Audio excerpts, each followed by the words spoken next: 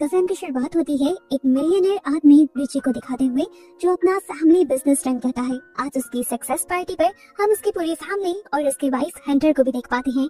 सब बहुत ज्यादा खुश थे। हंटर की जब से शादी हुई थी वो अपने आप में ही काफी अकेला महसूस करने लगी थी, क्योंकि हंटर के अलावा उसकी पूरी फैमिली बिजनेस के लिए चली जाती थी। उसे घर में बहुत अकेला फील होता था। अकेलेपन को काटने के लिए वो या गेम्स खेलती थी, स्केचिंग करती थी या कुकिंग करती थी, लेकिन उस सब के बावजूद भी वो थक जाया करती थी। पूरा दिन उसे इंतजार रहता था कि कब रिची घर आए और वो रिची से बहुत ज्यादा बातें करे, लेकिन जब जब वो रिची से बातें करती थी तो रिची अपने फोन में बिजी रहता था। उसे वो अटेंशन मिली ही नहीं जो वो चाहती थी। ऐसे ही दिन गुजरते रहते हैं और एक दिन हंटर को पता चलता है कि वो प्रेग्नेंट है। ये बात सुनकर वो बहुत ज्यादा खुश हो जाती है और इस बारे में रिची को भी बताती है। रिची खुश होकर एक फैमिली डिनर प्लान कर लेता है, जहाँ पर बैठकर ये लोग इस बड़ी न्यूज को अपने मॉम डैड से शेयर करने वाले थे। सभी लोग ये खबर सुनकर बहुत ज्यादा खुश हुए और इस टाइम पर हंटर चाहती थी कि सब लोग उसकी वो कहानी सुनी कि कैसे उसे प्रेगनेंसी का पता चला।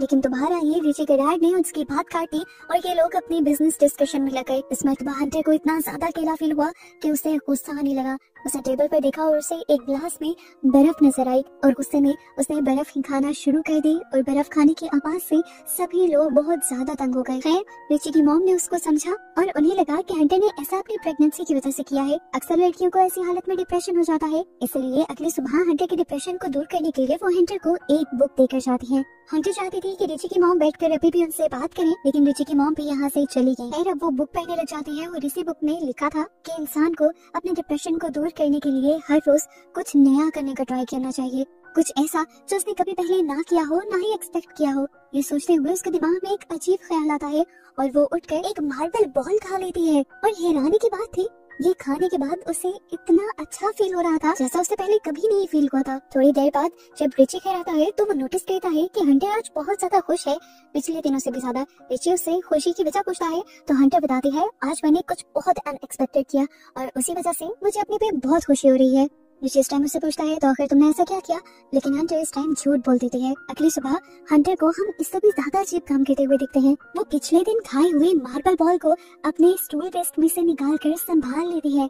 अब जहाँ हंटर पहले ही अपने अकेलेपन से लड़ रही थी, वहीं पर रिची की मॉम भी अब हंटर से अजीबोगरीब सवाल करने लग गई, जैसा कि वो शादी से पहले क्या करती थी, उसकी फैमिली क्या करती थी। अब हंटर जो थी वो एक मिडिल क्लास बैकग्राउंड से थी। उसे अपने बारे में बताते हुए थोड़ी सी शर्मिंदगी भी होती है और ये सब सुनते हुए रिची की मॉम उससे कहते हैं, तो फिर तो तुम बहुत ज्यादा लकी हो कि तुम्हारी शादी रिची से हो गई और तुम्हारी दुनिया ही बदल गई। हंटर उनकी बातों से और दुखी हो गई क्योंकि वो अपनी लाइफ से अभी भी सेटिस्फाई नहीं थे। आज उसे इतना ज्यादा बुरा लग रहा था कि अपनी फीलिंग्स को कम करने के लिए उसने सफाई करना शुरू कर दी और तभी वैक्यूम क्लीनर के साथ एक थंब टैग जुड़ गया। वो नुकीला था लेकिन फिर भी हंटर को उसे खाने का दिल किया। उसने मुंह में भी डाल लिया, लेकिन ये थंब टैग उसकी जुबान में बुरी तरह चुप गया। पहले तो उसने निकाल कर उसे किचन काउंटर पर रख दिया, लेकिन पूरा दिन उसे यही फीलिंग आती रही कि उसे खा लेना चाहिए। इसलिए जोश में आकर उसने थंब टैग मुंह में डाला और आखिर निगल लिया। खाते हुए ये थंब टैग उसकी पूरी फूड पाइप को चीरता हुआ गया था। इन्हें उसके जिस्म के अंदरूनी हिस्से भी जख्मी हो गए थे, लेकिन उसके बावजूद ये थंब टैग खाने के बाद भी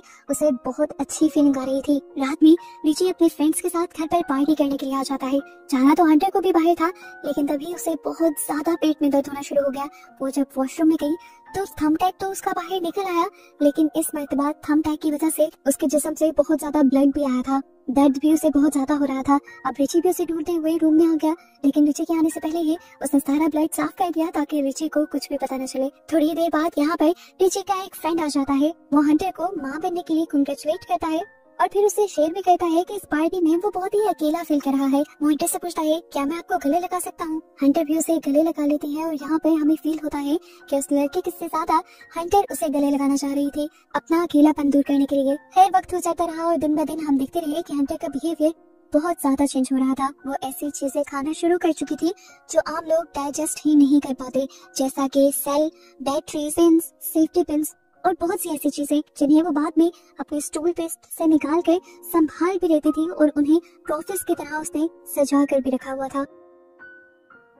अब कुछ दिन गुजर जाते हैं और हंटर को अपने रूटीन चेकअप के लिए हॉस्पिटल जाना पड़ता है, जहाँ पर जब डॉक्टर उसका अल्ट्रासाउंड कर रही होती है तो पता चलता है कि बेबी तो बिल्कुल नॉर्मल है, लेकिन हंटर की गट के अंदर बहुत ही अजीब किस्म का ऑब्जेक्ट है। ये देखते हुए डॉक्टर फौरन उसकी इमरजेंसी सर्जरी करने को कह देती है। हंटर की सर्जरी शुरू कर दी जाती है और एक के बाद एक उसके इंटेस्टाइन में से बहुत सारे अजीब व गरीब ऑब्जेक्ट निकलते हैं, जैसा कि सेफ्टी पिन्स, मार्बल बॉल्स और इस तरह की चीजें।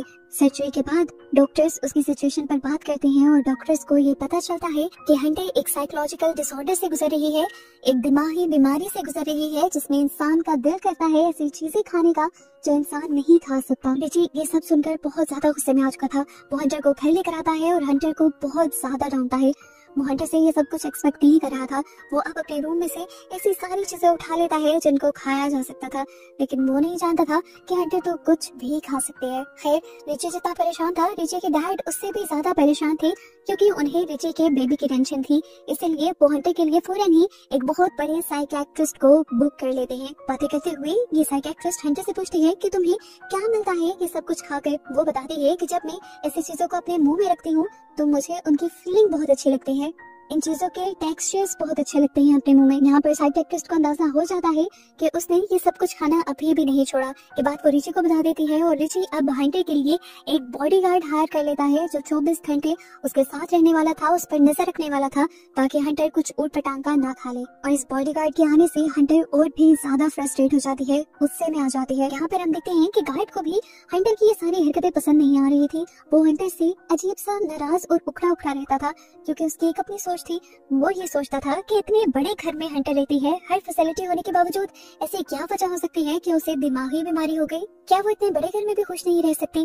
खैर, वो बॉडीगार्ड हर तरह से हंटर के ऊपर नजर रख रहा था, लेकिन हंटर फिर भी बाथरूम में छुपकर कुछ न कुछ ऐसा खा ही लेती थी जो उसे नहीं खाना चाहिए। अब थोड़े दिन बाद रिची का बर्थडे आने वाला था। हंटर उसके लिए एक बहुत ही शानदार पार्टी अरेंज करती है और यहाँ पर वो बहुत खुशी से सबको मिल रही थी। हालांकि उसे लोगों से मिलना ज्यादा पसंद भी नहीं था, लेकिन आज उसके साथ और भी कुछ ज्यादा बुरा हो गया। सभी लोग उससे उसकी ये चीजें खाने वाली बीमारी के बारे में बात करने लगे और ये सब जानकर उसे बहुत गुस्सा आया। उसने रिची से कहा, क्या जरूरत थी सबको मेरी बीमारी के बारे में बताने की? लेकिन रिची कहता है कि मैं तुम्हारे अच्छे के बारे में ही सोच रहा हूँ। लेकिन हंटर को इतना बुरा लगा था कि हंटर रात में रिची से अपने से माफी मांगने को भी कह देती है।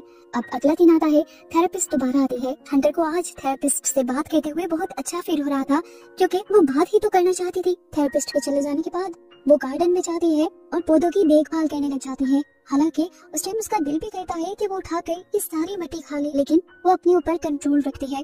अब अपने हाथ धोने के लिए जैसे ही वो वॉशरूम में जाती है तो सुनती है कि रिची उस थेरेपिस्ट को पैसे दे रहा था ताकि वो थेरेपिस्ट हंटर की एक एक बात उसे बताए। ये सुनते हुए हंटर बहुत ज्यादा पैनिक हो गई कि पता नहीं क्या क्या बातें थेरेपिस्ट ने रिची को बताई होंगी। वो बिल्कुल टूट गई, उसे बहुत सदमा हुआ, लेकिन उसने किसी को शो नहीं किया। रो रो कर उसका बुरा हाल हो गया था। अपने आप को छुपाने के लिए वो बेड के नीचे चली गई और तभी उसका गार्ड उसे ढूंढते हुए बेड के नीचे आया। उसके गार्ड को भी आज उसकी हालत पर तरस आ गया था। वो उसके अकेलेपन को समझने लगा था।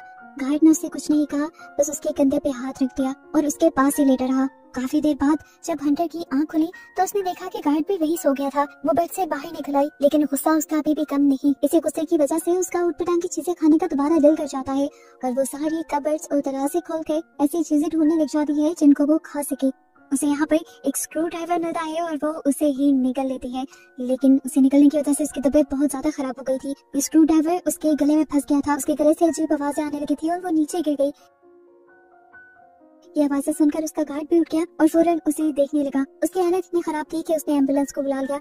फौरन उसे हॉस्पिटल ले जाया गया, जहाँ से ऑपरेशन करने के बाद उसके गले से उस स्क्रू ड्राइवर को बाहर निकाल लिया गया। शुक्र था कि उसके बेबी को नुकसान नहीं हुआ था। अब रिची और रिची की फैमिली को हंटर से ज्यादा हंटर के बेबी की टेंशन हो गई थी, इसलिए वो फैसला करते हैं कि वो हंटर को एक साइकिक हॉस्पिटल में भेज देंगे, जहाँ 24 घंटे उस पर नजर रखी जाएगी और ऐसे उनका बेबी सेफ रहेगा। बेबी के पैदा होने के बाद वो आजाद हो जाएगी, यानी वो घर वापस आ जाएगी। हंटर मान तो नहीं रही थी, लेकिन रिची ने कहा कि अगर तुम इन पेपर्स पर साइन नहीं करोगी तो मैं तुम्हें डाइवोर्स दे दूंगा। इस वजह से उसे ये सब मानना पड़ा। उसका गार्ड जो अब उसकी फीलिंग समझने लगा था, उसे अब हंटर की हालत पर बहुत तरस आने लगा था। खैर, अगले दिन दिखाया जाता है कि हंटर को छोड़ने के लिए रिची की पूरी फैमिली जा रही थी और साथ साथ उसका गार्ड भी था। तभी जाते हुए एकदम से हंटर वापस अपना चार्जर लेने के बहाने घर के अंदर चली जाती है और उसका गार्ड भी भागते हुए उसके पीछे आता है। यहाँ गार्ड देखता है कि हंटर वहाँ से भागने की कोशिश कर रही थी। इस मर्तबा गार्ड को भी उस पर तरस आ गया और उसके बारे में किसी को बताने के बजाय उसने हंटर को यहाँ से भागने का मौका दिया। और जैसे ही बाकी सब लोग घर के अंदर आए तो उसने सबको हंटर से डिस्ट्रैक्ट करने के लिए बताया कि वो दूसरे रास्ते की तरफ भाग गई है। जबकि कुछ ही देर बाद हमें दिखाया गया कि हंटर भागते हुए जंगल के रास्ते से एक होटल आ पहुंची थी, जहाँ आकर वो सबसे पहले इस होटल के बाहर से बहुत सारी सॉइल यानी मिट्टी लेती है और होटल के अंदर एक रूम बुक करके उसे खाने ले जाती है। फिर थोड़ी देर बाद वो रिची को कॉल करती है और उसे बताती है कि मैं वहाँ से भाग आई हूँ, मुझे तुम्हारे साथ रहना ही नहीं। और मैं ये बेबी भी तुम्हारी ही वजह से ले रही थी, लेकिन तुमने मुझे ठीक तरह से एक्सेप्ट ही नहीं किया, तुमने मुझे टाइम भी नहीं दिया और अब तो तुमने मुझे डाइवोर्स की धमकी दे दी है और अब मुझे ये बेबी भी नहीं चाहिए। रिची को ये सारी बातें सुनकर बहुत दुख हुआ। इससे पहले कि हंटर कुछ गलत कर लेती, रिची उससे रिक्वेस्ट करता है कि ऐसा मत करो, अपने से छोड़ दो और घर वापस आ जाओ। हंटर जब ना भी जवाब देती है तो रिची उसे समझाता है, देखो हंटर, तुम्हारे पास कोई स्किल नहीं है, कोई डिग्री नहीं है, इस दुनिया में तुम इस तरह सर्वाइव नहीं कर पाओगी, तुम्हें मेरे सहारे की जरूरत है। लेकिन हंटर रिची की बात ही नहीं सुनती और कॉल काट देती है। पूरी रात वो टीवी देखते हुए और स्लॉइल खाते हुए गुजारती है। हंटर अगले दिन उस होटल से भी निकल जाती है और अपनी मॉम को कॉल करती है, अपने साथ होने वाली ये सारी चीजें बताती है। उसे आज अपने पे ही गुस्सा आ रहा था। वो जानती थी कि ये सब उसके साथ क्यों हो रहा है। ये मसला उसे अब से नहीं था बल्कि बचपन से था, क्योंकि उसके बायोलॉजिकल फादर, असली डैड उसे छोड़ गए थे। उसकी मॉम बहुत ज्यादा रिलीजियस थी, इसीलिए वो इस दुनिया में आ गई, नहीं तो आज शायद वो पैदा भी ना होती। ये सारे एहसास उसे आज तक तंग करते थे। आज उसने फैसला कर लिया था कि वो अपने असली डैड से मिलकर ही रहेगी। अपनी मॉम से जबरदस्ती उनका पता लेते हुए वो उनके घर पहुंच जाती है। यहाँ जाने पर वो देखती है कि किसी की बर्थडे पार्टी चल रही थी। ये उसके स्टेप ब्रदर की, यानी उस आदमी के बेटे की बर्थडे पार्टी थी। उन्होंने हंटर से कुछ भी नहीं पूछा, क्योंकि उन्हें लगा कि हंटर उनके बेटे की किसी दोस्त की मॉम है। लेकिन उसने बताया कि मैं यहाँ की गेस्ट नहीं बल्कि मैं तुम्हारी बेटी हूँ। ये सुनते हुए वो आदमी उसे अकेले में ले जाता है और पूछता है कि आखिर तुम यहाँ क्यों आई हो। लेकिन यहाँ पर हंटर उल्टा ही उससे सवाल कर लेती है कि आखिर तुमने मुझे छोड़ा क्यों, और अगर छोड़ना ही था तो तुम मेरी मॉम के साथ रहे ही क्यों। तो वो आदमी कहता है, हाँ मैं मानता हूँ कि मेरी गलती है, मुझे ये सब नहीं करना चाहिए था, लेकिन जब मैंने ये सब किया था मैं अपने आप को बहुत ताकतवर मानता था और अपनी ताकत के ही नशे में मैंने तुम्हारी मॉम के साथ बहुत बुरा किया। लेकिन जब मैंने जेल में इस जुर्म में 7 साल गुजारे तो मुझे समझ आ गई कि अच्छा क्या है और बुरा क्या। यहाँ ये दोनों बातें कहते कहते बहुत ही ज्यादा इमोशनल हो जाते हैं। हंटर को फील होता है कि यह आदमी अपने किए पर शर्मिंदा है, इसलिए वो उससे कुछ ना कहकर यहाँ से बाहर चली जाती है। अब उसकी मॉम ने भी उसे अपने साथ रखने से मना कर दिया था और रिची का घर तो वो छोड़ आई थी। उसे अब अपनी लाइफ में मूव ऑन करना था, आगे बढ़ना था जैसे वो चाहती थी। वो एक डॉक्टर के पास जाती है और उनसे अबॉर्शन पिल लेकर एक पब्लिक वॉशरूम में अपना अबॉर्शन करती है। वो जानती थी वो जो कर रही है ठीक कर रही है। अभी तो वो अपनी जिम्मेदारी भी उठाने के काबिल नहीं थी, तो वो एक बच्चे की जिंदगी अपनी ही तरह खराब नहीं कर सकती थी। अपने डैड से बात करने के बाद उसकी सोच में काफी तब्दीली आई थी और अब वो एक नई लाइफ जीने के लिए तैयार थी। और बस हंटर को ये दिखाते हुए उसकी ये कहानी खत्म हो जाती है।